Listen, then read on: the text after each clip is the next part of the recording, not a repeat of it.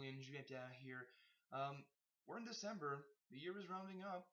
2013 is at our doors, and I wanted to do a little top five of the best thing that, in my opinion, happened in the world of vaping in 2012. We're gonna try to make that short, so we're gonna start right now with my number five, which is the wide availability of mods. This year really had a boom in modding, and that has to do a lot with Chinese people and Chinese manufacturers. Um, Before that, all the good mods, and still a lot of the good mods are made in the United States, but these mods will run you, 150, $200. We're talking everything Pro Vape, the Darwin, Buzz Pro, and everything. These are amazing mods, but it's not everyone that could afford a Darwin or a Buzz Pro. Now, the Chinese people, now they're pretty much throwing mods everywhere each week or something. Each week there's a new mod that you can find on Alibaba or on other Chinese manufacturers' website. That means that the cost of mods dropped significantly. I have right here this little bolt by Smoke Tech. Nice little mod. I like it. It's my I might break the thing mod. So if I go fishing, if I go someplace I might lose my mod and I don't want to lose better built, better quality mods, I bring this puppy with me, and it cost me like $30 for the full kit with a charger and the battery. So people that want to get into bigger batteries now have the possibility of going there without having to get $150 out of their pockets. So that's pretty great. Of course, with a lot of Chinese mods come the problem of quality control. Not all the mods that go out the door of China are good. A lot of them are just not good at all whatsoever. But there's still a few. I mean, the Lambo or the Lava Tube is in my opinion, a great mod and a great introduction to variable voltage. I still have mine. It's been I think 6 months. I have it. Still fires. Still works great. And the whole kit cost me like $70 or $80. I don't remember really. But yeah, for $80 I had a nice tube mod variable voltage, and it lasted me 6 months or something. So that's pretty cool. Number four of the best thing that happened in vaping in 2012, according to me, are the rebuildables. Now, I'm not a very handy person. I almost have to call my friends if I want to hammer something on the wall or something. If I have to use any sort of tools, I freak out. But a lot of people are getting into the rebuildable thing now. And that's pretty great. That gives you the opportunity to control your atomizer, to control your resistance. You can now build stuff the way you want it to be. I have the Phoenix. I haven't rebuilded it yet, but I probably don't plan to because it's all.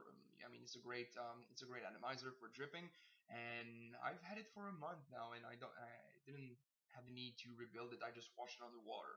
But with all the Genesis and everything, and again, it has to do with my number five, which is the wide availability of mods. Now you can get a Cobra knockoff, a Chobra, like they call it, for like $40. Of course, it's not going to be the same quality of the real Cobra, but then again, it's not everyone that has $150 to get out of their pockets for vaping items. So rebuildables are my number four. My number three is the Kick by Evolve. Now, before the Kick, the only real good variable wattage device that was on the market was pretty much a Darwin, also made by Evolve. But the Darwin will run you $250 depending on the market. That again is a lot of money for a lot of people to put on electronic cigarettes when they already have a few mods. They don't necessarily want to put that much money into another mod. So for $50 now, you can have a tube mod just like the Bolt. Put an 18350 in there, put a kick, you screw that back on, and you have a variable wattage device for less than $100. The kick is $50. The Bolt was like $30. So that's $80 for a variable wattage device in your hand. That's pretty good. Um, with the kick, everyone now that has $50 and some kind of tube mod can go into variable wattage, and that is, in my opinion, pretty great. My number two item on the list is the Stardust. Now, love them or or hate them, the Stardust are a great introduction for people that go from pre-filled cartridges that you buy on websites sometimes for like 20 bucks a pack of five. It's a good transition for them if they want to go into liquid and they want to have something simple and durable on their device. So the Stardust is pretty cheap. You can find them for like 5 bucks now. They're super easy to fill. They're super easy to use, and they produce a somewhat good vapor. I'm not a huge fan of Stardust personally, but then again, I can't say that they don't work because they do. Um, that's my number two really, just because it's so easy to use and newbies are not going to be put off by the complex other stuff that you can get. And well, my number one kind of goes hand in hand with the Stardust, and I'm going to tell you why. My number one best thing that happened in electronic cigarettes in 2012 for me is the Ego Twist, and it goes pretty well with my number two, which is Stardust, because in my opinion, an Ego Twist kit with some Stardust on top is the best investment a new vapor can make. Once they went through the whole I want a cigarette that an electronic cigarette that looks like a cigarette, feels like a cigarette, tastes like a cigarette, we all been there really. Um, for around 80 bucks, 70 bucks, 60 bucks in some places, depending if they're knockoffs or not. But you can get a twist kit that is going to be super easy to use, so the noobs are not going to be put off by the complexity of certain mods.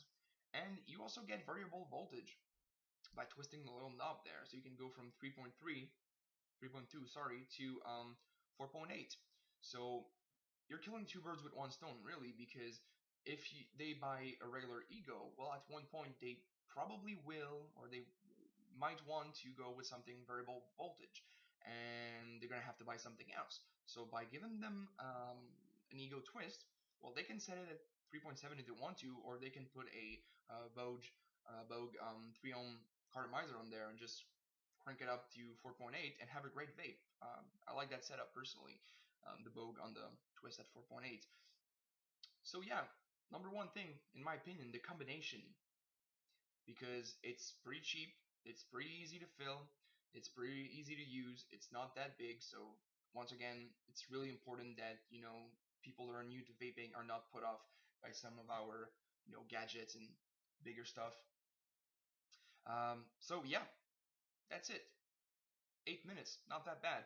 So thank you very much for watching. That was my top 5 of things that happened in vaping in 2012 that were great for us vapors.